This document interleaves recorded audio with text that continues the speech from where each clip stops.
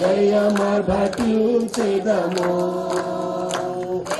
రాజు లేచెను హల్లెలూయా, జయమర్భటించెదము. వలదు వలదు ఏడువ వలదు నుండి గలిలయకు, చెప్పిన విధమున తిరిగి లేచి పరుగిడి ప్రకటించుడి. తను చెప్పిన విధమున తిరిగి లేచెను పరుగిడి ప్రకటించుడి. గీతం గీతం జయ జయ గీతం కైకటి పాడెదము. యేసురాజు లేచెను హల్లెలూయా, జయమర్భటించెదము. రాజు లేచెను హల్లెలూయా, జయమర్భటించెదము. అన్నాదయ పలవారల సభలు అదరుచు పరుగిడిని. గణముల ధనిని వినుచు వణుకుచు భయపడి. ఇక దూత గణముల ధనిని వినుచు వణుకుచు భయపడి. గీతం గీతం జయ జయ గీతం చైకటి పాడెదము. యేసురాజు లేచెను హల్లెలూయా, జయమర్భటించెదము. యేసురాజు లేచెను హల్లెలూయా, జయమర్భటించెదము. గుమ్మము తెరచి చక్కగా నడుడి జయవీరుడు రాగా.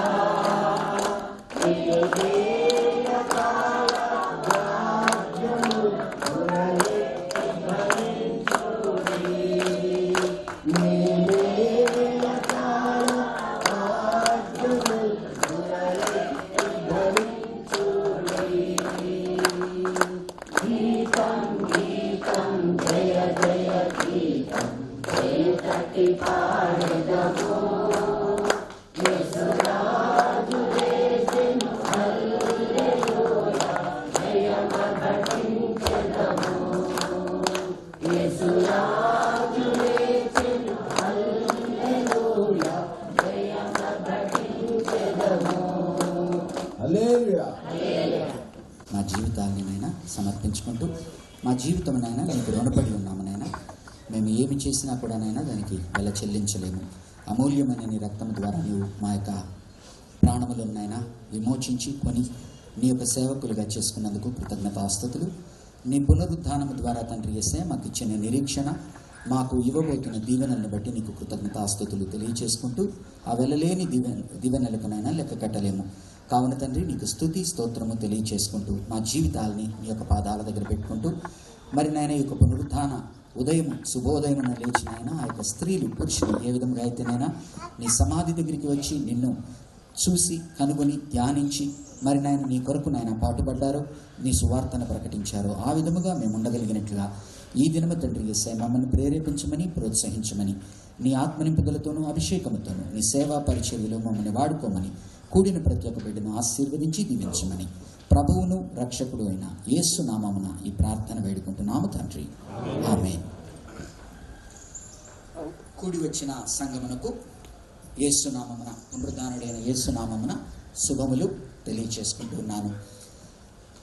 సువార్తల్లో గనక గమనించినట్లయితే పునరుద్ధానము గురించి అన్ని సువార్తలలో కూడా మత్తయి సువార్త, మార్కు సువార్త, లూకు సువార్త, లూకా సువార్త, అలాగనే యోహాను సువార్త అన్నిట్లో కూడా పెందలకడనే లేచి ఆనాటి స్త్రీలు ఆ తర్వాత కొంతమంది పురుషులు వెళ్ళి ఆ యొక్క ప్రభువు యొక్క సమాధి దగ్గర ఆయనను చూడాలని వెళ్ళినట్టుగా మనము చూస్తాం. కాబట్టి it is a concerted evidence in the gospels showing that all were expectant about something, but they don't know what they are expecting, but they were expecting something. So ఆ నేపథ్యంలో వారు వెళ్ళినప్పుడు కొన్ని అన్నిట్లో కూడా చెప్పబడినవి రకరకాలుగా ఉన్నప్పటికీ కొన్ని తలంపుల్ని మనం ధ్యానించి యేసు ప్రభువునందు మనం ఏ విధంగా పునరుద్ధాన నిరీక్షణ కలిగి ఉండాలి, యేసు ప్రభువు పునరుద్ధానుడయ్యాడు కనుక అది మన జీవితాల్లో ఏ విధంగా ఉపయోగము, ఏ విధముగా మనం బలహీనపడేటువంటి వాళ్ళం ఒక్కసారి అయి ఉంటాము, కానీ ప్రభు అయిన యేసు ఏ విధంగా మనల్ని బలపరుస్తాడు అనేది గుర్తు చేసుకుందాం. మార్కు సువార్త 16వ అధ్యాయము 1వ వచనం కనుక చూసినట్లయితే, విశ్రాంతి మార్కు సువార్త 16వ అధ్యాయము 1వ వచనము, విశ్రాంతి దినము గడిచిపోగా మగ్దలేనే మరియయు యాకోబు తల్లి అయిన మరియయు సలోమేయు వచ్చి ఆయనకు పూయవలెనని సుగంధ ద్రవ్యములను కొనిరి. వారు ఆదివారమున పెందలకడ లేచి బయలుదేరి సూర్యోదయమైనప్పుడు సమాధి యొద్దకు వచ్చుచుండగా సమాధి ద్వారము నుండి మన కొరకు ఆ రాయి ఎవడు పొర్లించునని ఒకరితో ఒకరు చెప్పుకొనుచుండిరి. వారు వచ్చి కన్నులెత్తి చూడగా రాయి పొర్లింపబడి ఉండుట చూచిరి. ఆ రాయి ఎంతో పెద్దది. మొట్టమొదటిగా కనుక గమనించినట్లయితే ఇక్కడ 3 స్త్రీలు కనిపిస్తూ ఉన్నారు. అన్ని పునరుద్ధాన సువార్తల్లో పునరుద్ధాన దాని ఏమంటారు సన్నివేశాల్లో కనుక గమనించినట్లయితే ప్రతి చోట కూడా స్త్రీలు ముందంజ వేసినట్లుగా చూపిస్తుంది. ప్రతి చోట కూడా స్త్రీల పేర్లు కూడా చెప్పబడి ఉంటుంది. చెప్పబడి ఆ యొక్క పునరుద్ధాన సువార్త ఎక్కడెక్కడైతే ప్రకటింపబడుతూ ఉందో ప్రతి చోట కూడా ఈ స్త్రీల గురించి మనము మాట్లాడుకునేటట్లుగా ప్రభువు చేశాడు. అలాగనే ఆనాడు స్త్రీలకి ప్రాముఖ్యము లేని సమయంలో ఉన్న పరిస్థితుల్లో ప్రభు అయిన యేసు వెంట తిరుగుతూ ఆయన శిష్యులుగా ఉండి ఆయనకు ఎంతో సేవ చేసిన వారు మాత్రమే కాకుండా ఆయన చనిపోయిన తరువాత పునరుద్ధానుడవుతాననేటువంటి నిరీక్షణతో పెందలకడనే వెళ్ళి ఆయనని చూడాలని కలవాలని ఏదో ఒక తలంపుతో ఆసక్తితో అక్కడికి వెళ్ళిన వారు స్త్రీలు. కాబట్టి వీరు కొనియాడబడిన స్త్రీలు. అలాగనే ఈరోజు స్త్రీలు మాత్రమే కాదు, ఆ తర్వాత పురుషులైన యోహాను, పేతురు, శిష్యులు కూడా వెళ్తారు. కానీ ముందస్తుగా పెందలకడనే లేచి వెళ్ళిన వారు ఎవరు అంటే ఆ యొక్క స్త్రీల యొక్క ప్రాముఖ్యత చెప్పబడుతూ ఉంటుంది. కాబట్టి వీరు కొనియాడబడిన స్త్రీలు. ఎందుకు కొనియాడబడిన స్త్రీలో గమనిద్దాం. చూచారంటే లూకాసు వార్త 24వ అధ్యాయము 55వ వచనం ఒకసారి చూడండి. ఇందాక చదివిన వచనాల్లోనే లూకాసు వార్త 24వ అధ్యాయము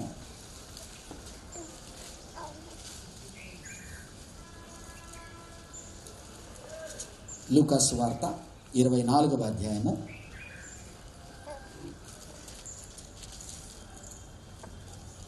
1వ వచనం, 23వ అధ్యాయము 55వ వచనం, 23వ అధ్యాయము. ఆ దినము సిద్ధపరచు దినము, 54వ వచనం. ఆ దినము సిద్ధపరచు దినము, విశ్రాంతి దినారంభము కావచ్చును. అప్పుడు గలిలియలో నుండి ఆయనతో కూడా వచ్చిన స్త్రీలు వెంట వెళ్ళి ఆ సమాధిని ఆయన దేహము ఉంచబడునో చూచి తిరిగి వెళ్ళి సుగంధ ద్రవ్యములను పరిమళ తైలమును సిద్ధపరిచి ఆజ్ఞ చొప్పున విశ్రాంతి దినమున తీరికగా ఉండిరి.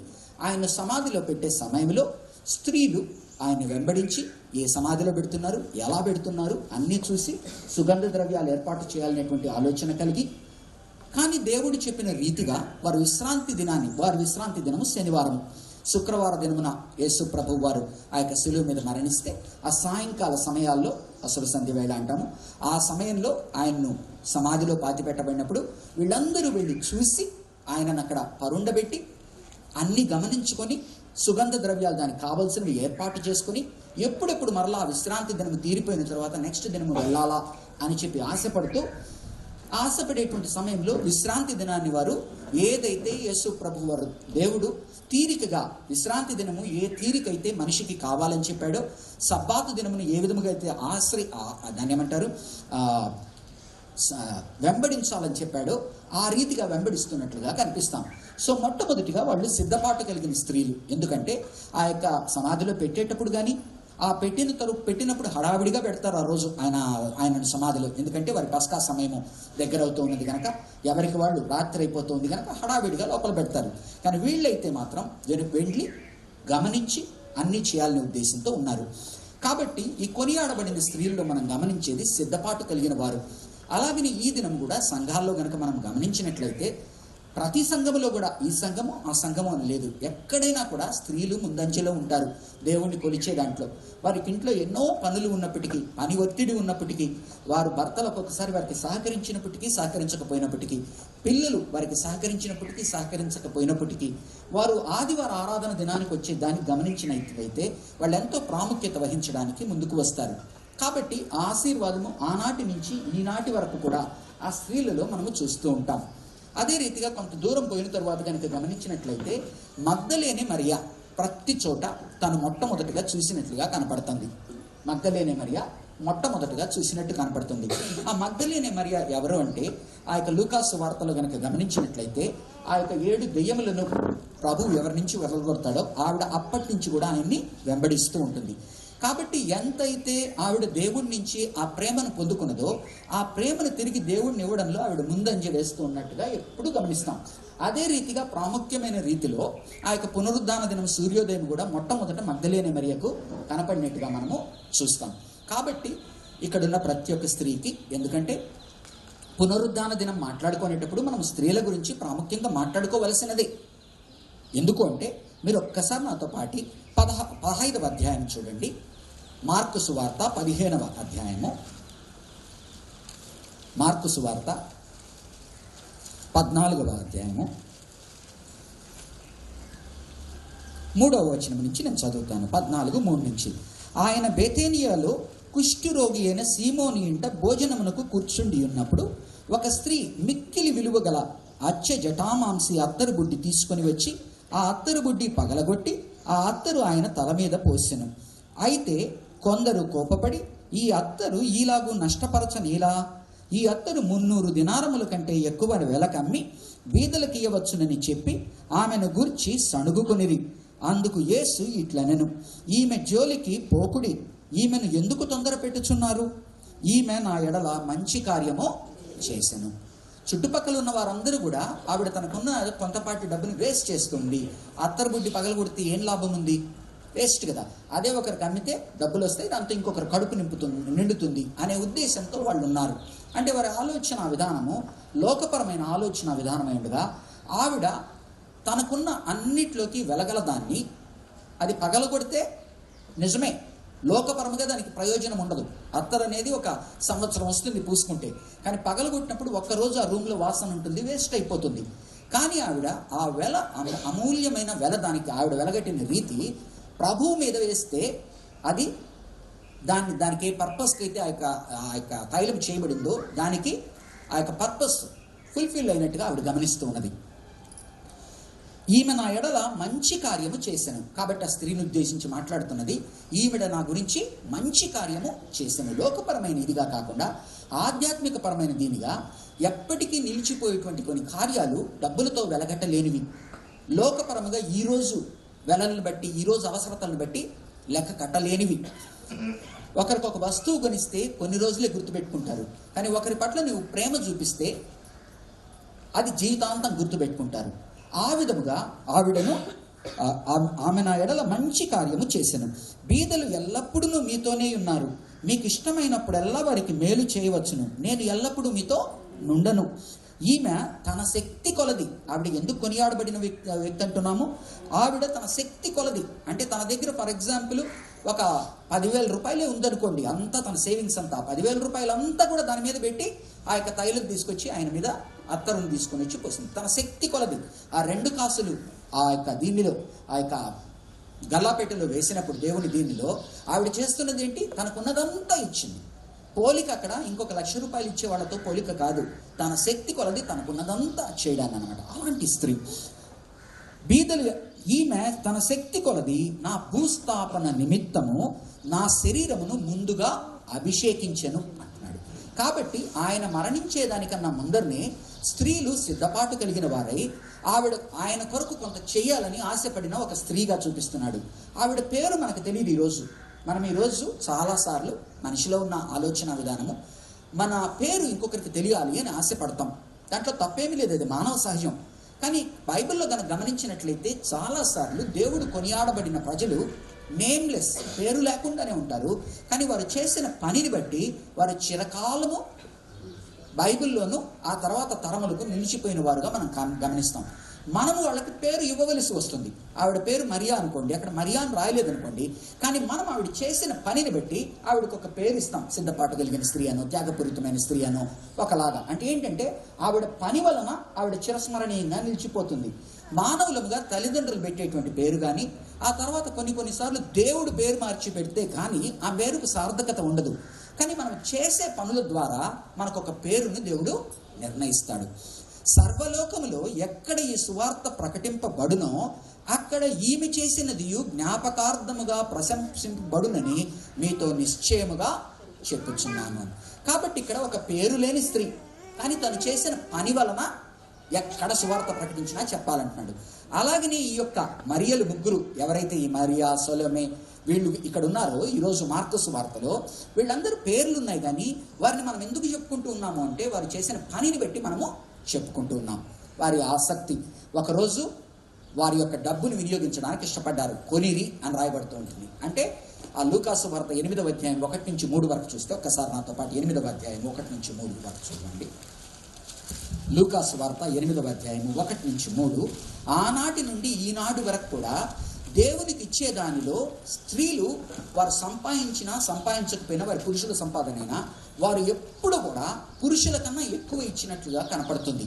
అంటే అది వారి యేసు ప్రభువునందు వారికి ఉన్న ప్రేమగా కనిపిస్తుంది. చూడండి 8వ అధ్యాయం 1 నుంచి 3. వెంటనే ఆయన తన దేవుని రాజ్యసువార్తను తెలుపుచు ప్రకటించుచు ప్రతి పట్టణములోను ప్రతి గ్రామములోను సంచారము చేయుచుండగా 12 మంది శిష్యులను, అపవిత్రాత్మలను వ్యాధులను పోగొట్టబడిన కొందరు స్త్రీలను, అనగా 7 దెయ్యములు వదిలిపోయిన మగ్దలేనే అనబడిన మరియయు, హేరోదు యొక్క గృహ నిర్వాహకుడగు కూజా భార్యయగు యోహన్నాయు, సుసన్నాయు ఆయనతో కూడా ఉండిరి. వీరును ఇతరులు అనేకులు తమకు కలిగిన ఆస్తితో వారికి ఉపచారము చేయుచు వచ్చిరి. కింద 4 ఫుట్ నోట్ కనుక చూస్తే ఆయనకు ఉపచారము అని అంటే తమ డబ్బును వెచ్చించి ఆయనకు తన డబ్బుని తమ సమయమును వెచ్చిస్తూ ఉన్నారు. అలాగని ఈ రోజు కనుక గమనించినట్లయితే ఈ ముగ్గురు ఆడవారు ఎవరైతే ఆ యొక్క పునరుద్ధరణ దినమున ఉన్నారో వాళ్ళు చేస్తున్న పనులు చూడండి. మార్కు సువార్తలోకి వద్దాం. మార్కు సువార్త 16వ అధ్యాయము. వారు ఏం చేస్తున్నారు చూడండి. విశ్రాంతి దినము గడచిపోగానే మగ్దలేన మరియయు, యాకోబు తల్లి అయిన మరియయు, సలోమేయు వచ్చి ఆయనకు పూయవలనని సుగంధ ద్రవ్యములు కొనిరి. అంటే వారి దగ్గర ఉన్న దాంట్లో వారు డబ్బు వెచ్చించి ఆయన కొరకు కొంత చేయడానికి సిద్ధపడ్డారు. ఆనాడు అక్కడి నుంచి ఏమంటారు జ్ఞానులు, తూర్పు దేశం నుంచి వచ్చిన జ్ఞానులు ఎంతో దూరమునకు వచ్చి ఆయనకు ఏదైతే ఆయన ముందర ఆయన బరియల్కి ఏవేవైతే కావాల్సి ఉంటుందో ఫ్రాంకిన్సెస్, ఏదైతే గోళము బోళము వాటిని అంటాము బంగారంని, వాటినన్నిటిని కూడా తీసుకొచ్చినట్లుగా కనపడుతుంది. ఎంతో దూరదేశం నుంచి వారి యొక్క సమయాన్ని వెచ్చించారు. ప్రభువు ముందర ఏదైతే ఆయన మరణానికి ఇచ్చేమో వాటన్నిటిని తెచ్చినట్టుగా మనం కనపడుతుంది, డబ్బు పెట్టి సమయమునిచ్చి. అలాగే వీరు కూడా ఏం చేస్తున్నారు చూడండి. సుగంధ ద్రవ్యములు కొనిరి. వారు ఆదివారమున పెందలకడ లేచి బయలుదేరి సూర్యోదయమైనప్పుడు సమాధి యొద్దకు వచ్చిరి. అంటే వారు ఏమేమి ఇచ్చారు? వారి దగ్గర ఉన్న డబ్బును వినియోగించారు, వారికి ఉన్న సమయాన్ని వారు వినియోగించారు, వారి హృదయంలో ఉన్న వారి ఆసక్తిని వారు చూపిస్తున్నారు. అదే ఈరోజు సంఘంలో జరిగేది కూడా అదే. ఈరోజు సంఘంలో కనుక చూస్తే ఆడవారు ఎంతో పనుల్లో ఉంటారు. ఆ యొక్క హౌస్ వైఫ్స్కి ఒకలాంటి పని అయితే వర్కింగ్ ఉమెన్కి ఇంకొక లాంటి పని, రకరకాలు దాన్ని వెలగట్టలేని పనితో ఉంటారు. వాళ్ళు చేసేటువంటి పనులు మనము డబ్బుతో లెక్కగట్టలేము, సమయంతో లెక్కగట్టలేము.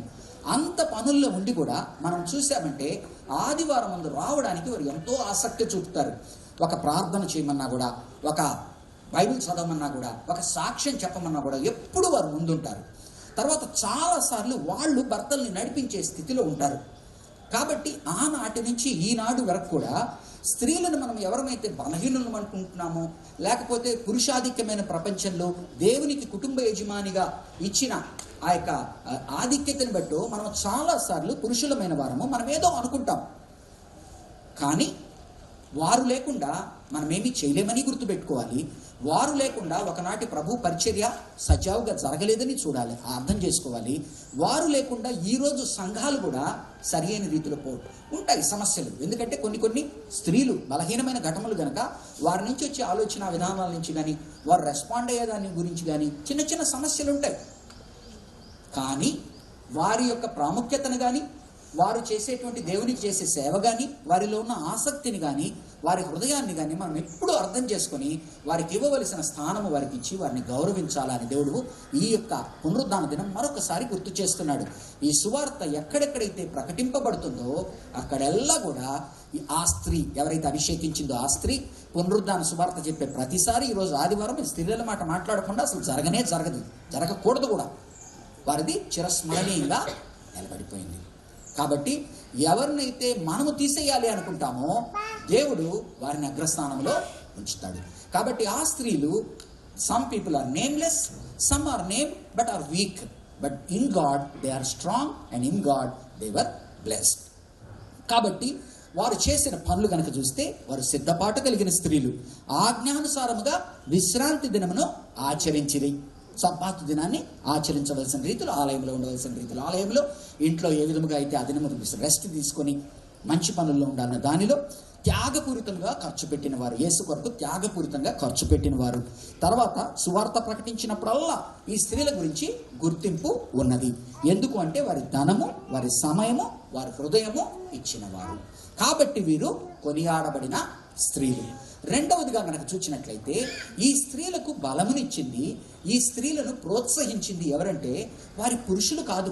చాలా తక్కువ మంది పురుషులు మాత్రమే వారి యొక్క భార్యల్ని కానీ స్త్రీలని కానీ ప్రోత్సహిస్తారు రకరకాల కారణాలతో. కానీ వారికి కలిగేటువంటి ప్రోత్సాహము కొంత తమ భర్త దగ్గర నుంచి, కొంత తమ తండ్రి దగ్గర నుంచి, కొంత తమ అన్నదమ్ముల దగ్గర నుంచి ఉండొచ్చు. కానీ వారికి కలిగేటువంటి అన్నిటికన్నా గొప్ప ప్రోత్సాహము దేవుని దగ్గర నుంచి మాత్రమే, దేవుని దగ్గర నుంచి మాత్రమే. అందుకనే ఎంతో మంది స్త్రీలు హెబ్రీయులకు రాసిన పత్రిక 11వ అధ్యాయంలో చూస్తే ఎంతో మంది స్త్రీలు వారి యొక్క భర్తలను బిడ్డలను పునరుద్ధానము ద్వారా పొందుకొనిరి అని వ్రాయబడి ఉంటుంది. ఎంతో మంది స్త్రీలు వారి బిడ్డలను వారి భర్తలను పునరుద్ధానము ద్వారా పొందుకొనిరి అంటారు. ఆనాడు మార్తా మరియా కానీ ఆ యొక్క జారేపతు విధవరాలు కానీ నైనులో ఉన్న విధవరాలు తన కుమారుని పోయినప్పుడు కానీ వాటిని ఉద్దేశించి ప్రభువు ఆ యొక్క హెబ్రీయులకు రాసిన పత్రిక 11లో ఆ విశ్వాస పట్టికలో వారి పేర్లు జత చేసి వాళ్ళు పునరుద్ధానము నుంచి మంచి పునరుద్ధానముకు వాళ్ళ భర్తలను బిడ్డలను పొందుకున్నారు అని చెప్తాడు. కాబట్టి ఇది ఎలా జరుగుతున్నది? వాళ్ళ కలుగుతున్న ప్రోత్సాహము కొంతవరకు వారి భర్తల నుంచి, తండ్రుల నుంచి, బిడ్డల నుంచి, అన్నదమ్ముల నుంచి అయితే వారికి కలుగుతున్న ప్రోత్సాహము వారు దేవుని పట్ల చూపే ఆసక్తిని బట్టి దేవుడు తిరిగి ప్రతిస్పందిస్తూ వాళ్ళకి ఇస్తున్న బలము. చూడండి, ఈ దేవుడు ఈరోజు పునరుద్ధానమైన దేవుడు ఆ కలవరాన్ని తీర్చేటువంటి వాడు. మొట్టమొదటగా వాళ్ళు కొనియాడబడిన స్త్రీలైతే వారు ఎందుకు కొనియాడబడ్డారు అంటే వారి యొక్క ఆసక్తిని బట్టి, వారి ఇచ్చే ధనమును బట్టి, సమయమును బట్టి, వారి హృదయాన్ని బట్టి అయ్యుండగా వారి మనసుల్లో ఉన్న ప్రతి కలవరమును ఇవి చేసే ప్రక్రియలో వాటిని తీర్చేవాడు దేవుడు. చూడండి 5వ వచనం 4వ వచనం నుంచి, సమాధి యొద్దకు వచ్చుచుండగా సమాధి ద్వారము నుండి మన కొరకు ఆ రాయి ఎవడు పొర్లించునని ఒకరితో ఒకరు చెప్పుకొనుచుండిరి. వాళ్ళ మనసులో ఎప్పుడు సమస్యలు ఉన్నాయి. అరే మనమా బలహీనులము, మనతోనా పురుషులు లేరు. కాబట్టి అక్కడికి వెళ్తే ఆ బండ ఆ రోజు పెట్టిన రోజు చూశారు, పెద్ద బండ, ఒక 2-3 పురుషులు దొర్లించి ఉంటారు. కాబట్టి ఇప్పుడు మనం పోతే ఆసక్తి ఉంది, వెళ్తున్నాం. కానీ మన పురుషుల్ని లేపితే వాళ్ళు రాలేదు, లేకపోతే వాళ్ళు వాళ్ళ పనుల్లో వాళ్ళు ఉన్నారు, నమ్మకం లేకుండా కొంతమంది ఉన్నారు. ఎందుకంటే పునరుద్ధాన సువార్త వారికి చెప్పినప్పుడు కూడా పేతురు సైతం చాలా మంది విశ్వాసులు నమ్మనట్లుగా చూస్తాం, మనం వారిని వెర్రివారుగా చూసినట్టుగా చూస్తాం. రకరకాల కారణాల వలన వారిని పొద్దున లేపి అయ్యా వెళ్దాం రాండి అంటే వాళ్ళు నేను మళ్ళీ వస్తానులే అని పడుకున్న వాళ్ళు, ఇదంతా జరగదులే అన్నవాళ్ళు, నువ్వు పోయి చూసుకో కావాలంటే అన్నవాళ్ళు, కావాలంటే పర్సులో డబ్బులు ఉన్నాయి నువ్వు తీసుకెళ్ళి చెయ్యి అన్నవాళ్ళు, రకరకాల విధాలుగా ఉన్నారు. కాబట్టి వాళ్ళు వెళ్ళేటప్పుడు ఆ యొక్క బండరాయిని తొలగించేటువంటి దాంట్లో వాళ్ళ భయాలు వాళ్ళకు ఉన్నాయి. వెళ్తున్నాం, బలహీనమైన ఘటాలు, కానీ ఏ విధంగా దాన్ని దొర్లిస్తాము, ఏ విధంగా లోపల ప్రభువుకు మనము ఇచ్చేస్తాం అంటే సిద్ధపాటైతే కలిగి ఉన్నారు ప్రభువు పట్ల. కానీ ఏలోకపరముగా శారీరక బలాన్ని ఉపయోగించి ఆ బండను కదిలిచ్చేదానికి వారి లోకంలో వారు నమ్ముకున్న భర్తలు కానీ, వారు నమ్ముకున్న అన్నలు కానీ, వారు నమ్ముకున్న బిడ్డలు కానీ వారితో వచ్చినట్లుగా కనపడట్లేదు. వారు ఒంటరిగానే వెళ్ళినట్టుగా కనిపిస్తూ ఉంది. అలాగని మన ప్రయాణంలో చాలాసార్లు స్త్రీలు గుర్తుపెట్టుకోవలసినది, ఆ యొక్క దేవుని పనిలో ఆసక్తిగా ముందుకు వెళ్ళాలనుకునేటప్పుడు చాలామంది భర్తల నుంచి ఆసక్తి కానీ, ఆసరా కానీ, సహాయం కానీ రాకపోవచ్చు. But that is not new, because it is happening from the past, long past. కానీ గుర్తుపెట్టుకోవాల్సినది ఏంటంటే, దేవుడే ప్రతి సమస్యకు, ప్రతి కలవరానికి, ప్రతి సమస్యను తీర్చేవాడు, ప్రతి కలవరాన్ని తీర్చేవాడని గుర్తుపెట్టుకొని, మీ సమయంలో మీ భర్తలు కానీ, మీ అన్నలు కానీ, మీ తమ్ముళ్ళు కానీ, మీ బిడ్డలు కానీ వస్తారని గుర్తుపెట్టుకోండి. ఆ పేతురు రాసిన పత్రిక, అపోస్తలుడైన పేతురు రాసిన మొదటి పత్రికలో కనుక చూస్తే, అపనమ్మకస్తులైన మీ భర్తలను మీ యొక్క మార్గంలోకి తెచ్చుకోవాలి అంటే వారికి సువార్త బోధించడం వలన ఏ ప్రయోజనము ఉండదు. వారిని రోజు సంఘమునకు రానంత మాత్రాన ఏ ప్రయోజనము ఉండదు. వారితో నువ్వు విరుద్ధముగా ప్రవర్తించినంత మాత్రాన నీకు ఏ యొక్క ఉపయోగము లేదు. నీ యొక్క నడవడిక ద్వారా, నీ యొక్క మంచి నడవడిక ద్వారా, నీ ప్రార్థనా జీవితం ద్వారా అవిశ్వాసులైన నమ్మనటువంటి వారు కూడా వస్తారని. చాలాసార్లు భర్తల్ని రకరకాలుగా తీసుకురావాలనుకుంటాం, బిడ్డల్ని రకరకాలుగా సంఘానికి తీసుకురావాలనుకుంటాం, పురుషులైన బిడ్డల్ని.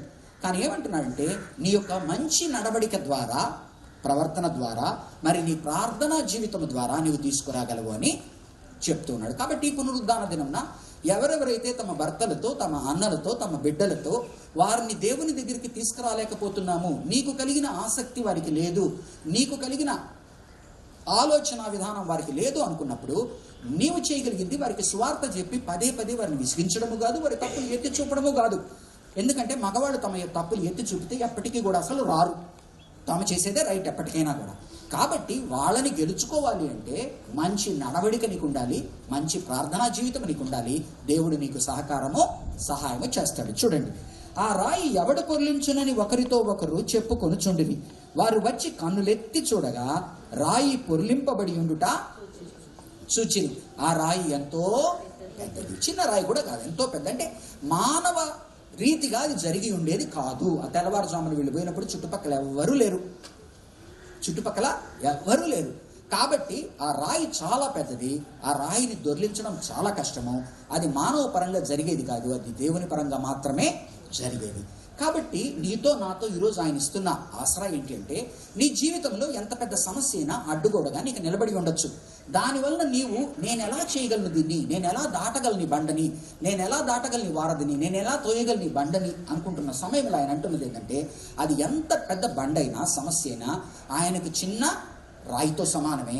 ఆయన దాన్ని పక్కకి తొలగించగలిగిన వాడు అని ఈ పునరుద్ధాన దినమున ఇక్కడ కూర్చున్న ప్రతి ఒక్కరితో మన హృదయాల్లో ఈరోజు ఏదైతే వేదనగా నిలిచి ఉన్నదో, ఏదైతే సమస్యగా నిలిచి ఉన్నదో, అది మనంతట మనము తీలేమో అని కలవరపడుతున్నామో, ఆ కలవరం ముందు దేవుడు మనకిచ్చేటువంటి వాగ్దానం ఏంటంటే, ఆదరణ ఏంటంటే, అమ్మా స్త్రీ, అయ్యా పురుషుడా, ఎవరైనా నీవు దేవుని యందుండి నీవు చేయవలసినది ఆసక్తితో చేయడానికి సిద్ధపడు. నీవు చేయవలసిన దాన్ని, నీ సమయమును ఇవ్వు, నీకున్న దానిలో శక్తి కొలది నువ్వు ఇవ్వడానికి ప్రయత్నించు, మిగతావి దేవుడు చూసుకుంటాడు అని చెప్తున్నాడు. కాబట్టి ఆయన కలవరము తీర్చే దేవుడు అని మనము గుర్తుపెట్టుకోవాలి. ఆయన మనకిచ్చేటువంటి ఆదరణ ఏంటంటే, మీరు గమనించారంటే ఈ సమయంలో మత్తయి సువార్త 28:5లో కానీ, ఇప్పుడు చూస్తున్న 16వ అధ్యాయము 6వ వచనములో కానీ, అందుకతడు కలవరపడకుడి, సిలువ వేయబడిన నజరేయుడగ యేసును మీరు వెతుకుచున్నారు, ఆయన లేచి ఉన్నాడు, ఇక్కడ లేడు, వారు ఆయనను ఉంచిన స్థలము చూడుడి. ఏమంటున్నా అంటే, ప్రతి చోట ఆ యొక్క యేసు ప్రభు జననమప్పుడు సైతము ఆయన ఇచ్చిన ఫస్ట్ వాగ్దానం ఏంటంటే, ఆదరణ, భయపడకుడి. దేవదూతలు వచ్చి ఆ యొక్క గొల్లలకు కానీ, ఆ మరియమ్మతో మాట్లాడినప్పుడు ఆ దేవదూత కానీ, ఎలిజబెత్తో మాట్లాడినప్పుడు కానీ, ఆ యొక్క ఆయన ఎవరు జకరియాతో, వీళ్ళందరితో మాట్లాడినప్పుడు ఆయన ఫస్ట్ మాట్లాడిన మాట భయపడకుడి. దేవుడు మన జీవితాల్లో ప్రవేశించే సమయము ఒక అద్భుతమైన రీతిలో ఉంటుంది కనుక, అది లోకపరముగా మనం అర్థం చేసుకునే రీతిగా ఉండదు కనుక, అది మనలో కలవరం పెడుతుంది చాలాసార్లు. ఒకటి, మన లోక సాంఘిక సామాజిక పరాలకి కొద్దిగా విరుద్ధంగా ఆయన మన జీవితాల్లోకి వస్తాడు. అప్పుడు అది అద్భుత రీతిగా జరుగుతూ ఉన్న సమయంలో మనం కలవరపడతాం, భయపడతాం, సూపర్ న్యాచురల్గా మన లైఫ్స్లో ఏదైనా జరుగుతున్నప్పుడు. కానీ వాటి ఎప్పుడు దేవుడు మనల్ని ఇస్తూ ఉన్నది ఏంటంటే, భయపడకుడి. ఆనాడు ఆయన పుట్టినప్పుడు అందరికీ ఇచ్చిన ఆదరణకరమైన సువార్త భయపడకుడి. అలాగే నేను పునరుద్ధానుడైనప్పుడు అరే దెయ్యమో భూతమో అంటే ఆనాటి వారికి పునరుద్ధానమై లేస్తారు అని సుమారైన నమ్మకం ఉన్నా, ప్రభువు అన్నిసార్లు నేను చనిపోయిన తర్వాత 3వ దినం లేస్తానని చెప్పినా కూడా వాళ్ళు దాన్ని సంపూర్ణంగా నమ్మినట్లు లేదు, ఎదురు పెడితే భయపడుతూనే ఉన్నారు.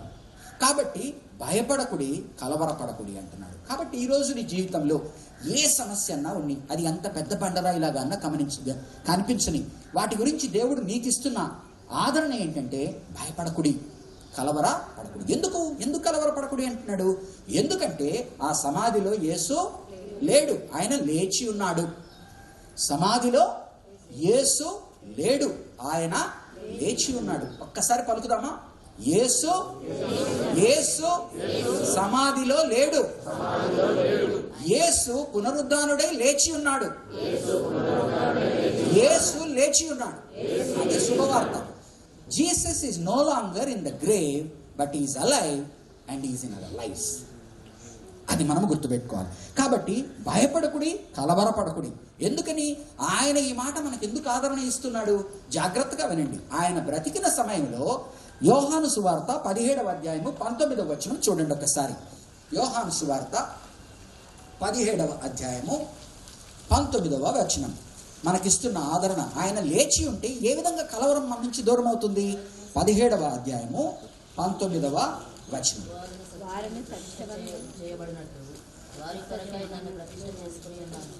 ఒక నిమిషం, 16, 19 చూడండి ఒకసారి.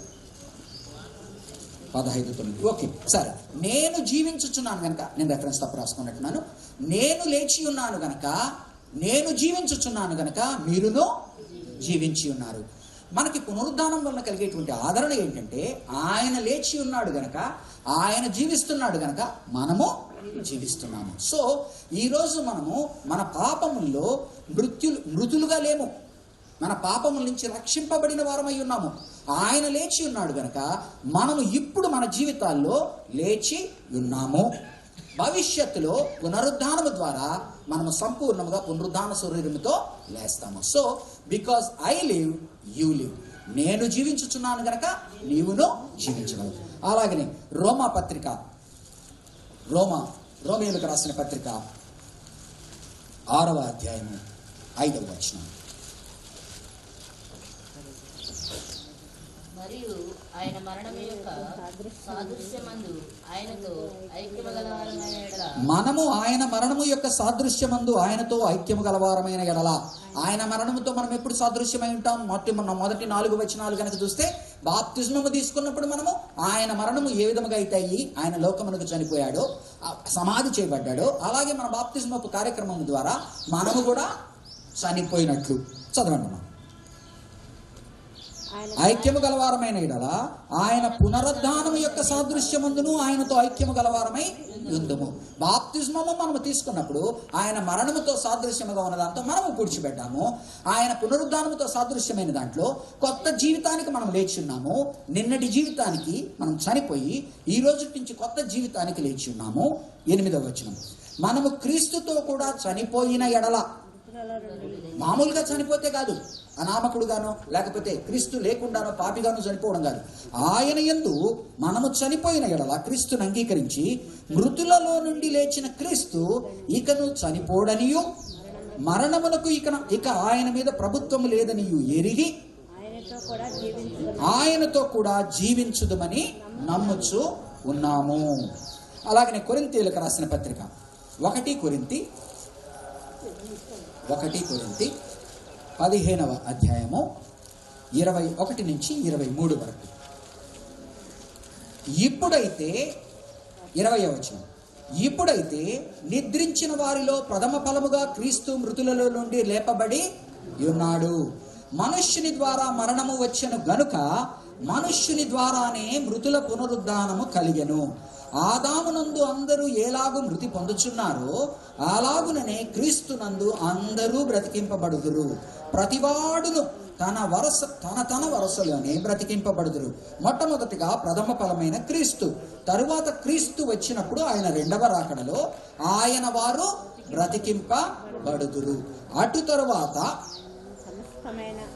వేరేవారి, అంటే నీవు నేను అందరము కూడా యేసుక్రీస్తుని నమ్ముకున్న వారము. మనమందరము మనిషిగా పుట్టిన ప్రతి వారము ఆదాము అనే మనిషి ద్వారా వచ్చాము గనక, ఆదాము అనే అతని పాపములో మనం పాల్పంచుకుంటున్నాము గనక మనము పాపములో తప్పిపోయిన వారము. కానీ రెండవ మనిషిగా క్రీస్తు సాదృశ్యముగా లేపబడిన దానికి సాదృశ్యంగా వచ్చిన క్రీస్తుని నీవు నమ్ముకున్నప్పుడు, క్రీస్తు ఏ విధముగా అయితే లేచాడో ఆయన ప్రథమ ఫలము. ప్రథమ ఫలం అంటేనే అర్థం ఏంటి? తర్వాత వేరే ఫలాలు ఉంటాయి అని. ఆ తర్వాత ఫలాలు ఎవరు అంటే, ఎవరైతే క్రీస్తును నమ్మి చనిపోయారో వారు క్రీస్తు రెండవ రాకడప్పుడు మొట్టమొదటగా లేస్తారు. ఆ తర్వాత బ్రతికి ఉన్నాం. మన సమయంలో కనుక ఆయన రెండవ రాకడ జరిగితే మనము వారితో పాటు నెక్స్ట్ లేస్తాం. అంటే ఈ శరీరాలకి పునరుద్ధాన, ఈ ఆత్మలకి పునరుద్ధాన శరీరము ఇవ్వబడుతుంది. సో ఈ పునరుద్ధాన నిరీక్షణను ఆయన మనకు తెలియజెప్తూ ఉన్నాడు. కాబట్టి రెండవదిగా మనం అర్థం చేసుకోవాల్సింది, ఆయన కలవరం తీర్చే దేవుడు. నీ మనసులో ఏ బాధన్నా ఉండి, ఎంత పెద్ద రాయన్నా ఉండి దాన్ని దొర్లించగలిగిన వాడు. దీనికి గల ఆ యొక్క ఆదరణ ఏంటంటే, ఆయన బ్రతికి ఉన్నాడు గనక నీవు బ్రతికి ఉన్నావు. ఆయన సమాధిలో లేడు, లేచి ఉన్నాడు. ఆయన లేచి ఉన్నాడు గనక నీవు కూడా ఒకనాడు లేచుదువు. కాబట్టి మరణమునకు నీ మీద ఎటువంటి అధికారమో లేదు. నీవు కానీ నీ పితరులు కానీ యేసుక్రీస్తునందు ఎవరన్నా చనిపోయిన వారు ఉంటే వారు ఎక్కడ ఉన్నారు, ఎలా ఉన్నారని నీవు భయపడిన అవసరం లేదు. నీవు కూడా క్రీస్తునందుంటే ఒకనాడు వారిని నీవు కలుస్తావు. వారు ఇక్కడ కన్నా మంచి స్థానంలో ఉన్నారు ప్రభువుతో కూడా. ఒకనాడు నీవు నేను వారు అందరము కూడా ప్రభువుతో కలిసి సహవాసములో ఉంటాము అనే ఆదరణ మనకు కలుగజేస్తున్నాడు. మూడవదిగా ఇందాక లూకాసు వార్తలు చదివిన దాన్ని కనుక చూస్తే, ఇవంతా కూడా మన జీవితాల్లో వచ్చినప్పుడు ఇది మన హృదయాల్లో పెట్టుకొని ఆనందించేది కాదు, దీన్ని ప్రకటించాలా. ఇదంతా కూడా మన హృదయాల్లో పెట్టుకొని ఆ యొక్క పునరుద్ధాన దినమున ఆదివారం వచ్చి క్రైస్తవులు మాత్రమే మనము కలుసుకొని ఆనందించేది కాదు, కానీ దీన్ని ప్రకటించాలా అని చెప్తున్నాడు. ఎందుకంటే మీరు సాక్షులు గనక అంటున్నాడు. నాతో పాటు దయచేసి లూకాసు వార్త, ఇందాక చదివిన వాక్య భాగం, లూకాసు వార్త 24వ అధ్యాయము 44వ వచనం. అంతటా ఆయన మోషే ధర్మశాస్త్రములోను ప్రవక్తల గ్రంథములోను కీర్తనలలోను నన్ను గూర్చి వ్రాయబడినవన్నీ నెరవేరవలెనని నేను మీ యొద్ద ఉండినప్పుడు మీతో చెప్పిన మాటలు నెరవేరినవని వారితో చెప్పెను. అప్పుడు వారు లేఖనములు గ్రహించున్నట్లుగా ఆయన వారి మనస్సును తెరిచి, క్రీస్తు శ్రమపడి 3వ దినమున మృతులలో నుండి లేచుననియు యెరూషలేము మొదలుకొని సమస్త జనములలో ఆయన పేరట మారు మనస్సును పాపక్షమాపణయు ప్రకటింపబడుననియు వ్రాయబడి ఉన్నది. ఈ సంగతులకు మీరే సాక్షులు. ఇదిగో నా తండ్రి వాగ్దానము చేసినది మీ మీదికి పంపుచున్నాను. మీరు పైనుండి శక్తి పొందు వరకు పట్టణములలో నిలిచి ఉండుడని వారితో చెప్పాను. కాబట్టి ఏమంటున్నాడంటే, మీరు నాకు సాక్షులు గనక ఆ వాక్య భాగాలని మీకు ఆయన విడమర్చి మనకు చెప్తున్నాడు గనక ఈరోజు మనం మాట్లాడుకుంటున్నప్పుడు ఏం చేస్తున్నాడు? ఆ వాక్య భాగాలను విడమర్చి చెప్తూ ఉన్నాడు. ఆ వాక్య భాగాలను విడమర్చి చెప్పాడు గనక మన హృదయంలో క్రీస్తుని ఉంచుకొని మనము సాక్షులము గనక బయటకు వెళ్ళి మారు మనస్సు గురించి, పాప క్షమాపణ గురించి బోధించాలి అని కోరుకుంటున్నాడు. కాబట్టి ఈ దినము పునరుద్ధాన దినము ఎర్లీ మార్నింగ్ వచ్చి ఆయన్ని తలుచుకుంటూ ఉన్న మనము ఆనందించేటువంటి గెట్టో మెంటాలిటీ కాకుండా మనము బయటికి వెళ్ళి యేసు ప్రభువు గురించి సాక్షులుగా ప్రకటించవలసి ఉన్నది అంటున్నాడు. కాబట్టి ఈ 3వ అంశము కల్వరి నుండి వెలువడిన సువార్తను ప్రకటించుడి. సో మొట్టమొదటిగా కొనియాడబడిన స్త్రీలని గురించి మాట్లాడాడు. ఆ స్త్రీల వెనక ఉన్నవాడు వారి భర్త కాదు, వారి అన్నదమ్ములు కాదు, వారి యొక్క బిడ్డలు కాదు, కానీ దేవుడైన మహాప్రభువు యేసు ప్రభు ద్వారా వారికి పునరుద్ధాన నిరీక్షణను బలమును కలిగజేశాడు. అటువంటి స్త్రీలతోనూ ఆ తర్వాత పురుషులతోనూ అందరితో ఆయన చెప్తున్నది, కల్వరి నుంచి వెలువడిన సువార్తను, శుభవార్తను బయట ప్రకటించుడి అంటున్నాడు. కాబట్టి those people who have come here and who are enjoying on this Easter day as a festival, it behoves upon us and it is our responsibility to go out and share this Easter message. ఆయన సమాధిలో లేడు, ఆయన లేచి ఉన్నాడు. ఆయన సమాధిలో ఎందుకు పెట్టబడ్డాడు? ఆయనను అన్యాయముగా చంపారు. ఆయనను అన్యాయముగా ఎందుకు చంపారు? నీ పాపములు నా పాపములు నా మీదికి తీసుకొని చనిపోతాను, మీరు బ్రతుకుతారు అని చెప్పిన దానికి, ఆయన తాను దేవుడిని ప్రకటించుకున్న దానికి ఆయనను చంపారు శిలువ మీద, అతి ఘోరముగా నీ పాపముల కొరకు నా పాపముల కొరకు. కానీ ఆయనను సమాధి ఆపలేకపోయింది. ఆయనకు దేవుడు ఇచ్చిన వాగ్దాన ప్రకారంగా ఆయన పునరుద్ధానుడై లేపాడు. ఆ పునరుద్ధానుడైన దేవుని శక్తితోను బలముతోను ఈరోజు మేము జీవిస్తున్నాము, మా పాత జీవితంలో నుంచి కొత్త జీవితంలోకి వచ్చి. కాబట్టి మీరు కూడా యేసుక్రీస్తుని అంగీకరించండి, పునరుద్ధానాన్ని అర్థం చేసుకోండి, విశ్వసించండి, మీకు కూడా కొత్త జీవితాలు వస్తాయి. మీరు ఈనాడే కాదు, నిత్య జీవముతో ఎల్లప్పుడూ ప్రభు సన్నిధిలో సమాధానముతో ఉంటారు అని ప్రకటించడమే పునరుద్ధాన శుభవార్త. అది మనల్ని చేయమని వేడుకుంటున్నాడు గనక మనము దేవుని యొక్క ఆజ్ఞను పాటిస్తూ మన చేతనైనంత రీతిలో మనకు కనబడిన ప్రతి ఒక్కరితో యేసు శుభవార్తని పంచుకోవాలని మరొకసారి దేవుడు ఆయన ఆత్మ ద్వారా ప్రేమపూర్వకంగా ఈ పునరుద్ధాన దినమున మనల్ని మరొకసారి హెచ్చరిస్తూ ఉన్నాడు, ఆదరిస్తూ ఉన్నాడు, ప్రోత్సహిస్తూ ఉన్నాడు. ఇలాంటి ఆదరణను, హెచ్చరికను, ప్రోత్సాహాన్ని తీసుకొని దేవుని కొరకు సాక్షులుగా నిలబడి దేవుణ్ణి మెప్పిస్తూ ఆయన శాంతిని, సమాధానాన్ని, ఆశీర్వాదాన్ని మన కుటుంబాల్లోకి తెచ్చుకుందాం. దేవునికి ఇష్టలుగా మనము ఉందాము. దేవుడి యొక్క వాక్యమును, ఈ దినము పునరుద్ధాన వాక్యమును ఉన్న కొద్దిపాటి అతి ప్రియమైన, దేవునికి ఇష్టలైన, ఆసక్తి కలిగిన సంఘముతో పంచుకున్న దాన్ని వృధా పోనివ్వక ఆ పడిన విత్తనము 30 అంతలుగా, 60 అంతలుగా, 100 అంతలుగా ఎదిగేటట్లుగా దేవుడు ఇక్కడ తన ఆశీర్వాదమును ఉంచును గాక. చిన్న ప్రార్థన చేస్తాను.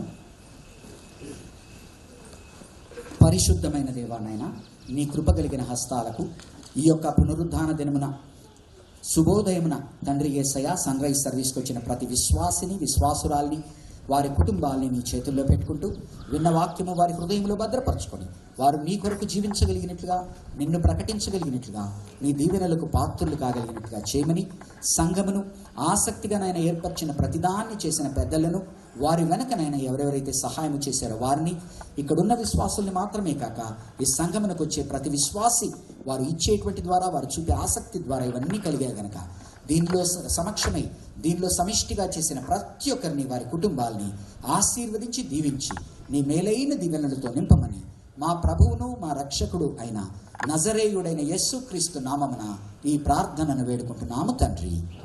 ఆమేన్. దేవుని నామమునకు శుభములు. మరి ఈ సమయాన్ని సెక్రటరీ భాస్కర్